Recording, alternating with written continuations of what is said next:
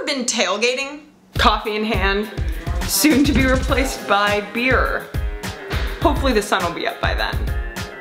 Are you ready for this? This is the world of tailgating. So this is your first time tailgating? Yeah, I've never tailgated before. Hey, there's a first for everything, so let's dive in.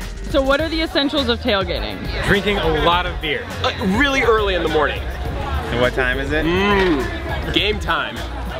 It's like 7 o'clock. 7:30, yeah. Yeah, well, we hopped out and we started unloading and I had a beer in my hand. Okay, so what about all the food situation? The idea of tailgating is to eat as unhealthy as possible, as much as possible. So like these apples are pretty good, but you don't want to fill up on apples.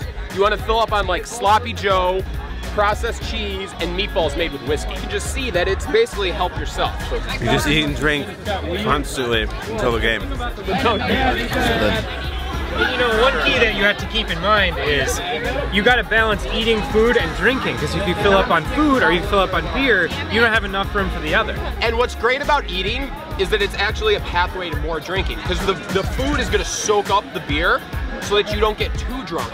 You know, it's not quite communism, because with communism, everybody has to be equal, so it's not like Connor's having another meatball, so I gotta have another meatball. It's more like socialism, where everyone has access to everything, but if you want to have more beer than food, that's okay, and if you want to have more food than beer, that's okay, and if you want to stay away from the queso, that's okay too.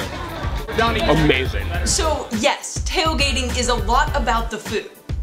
And sure, there's drinking involved, but it's also about team spirit. And really, just an excuse to spend time with good friends.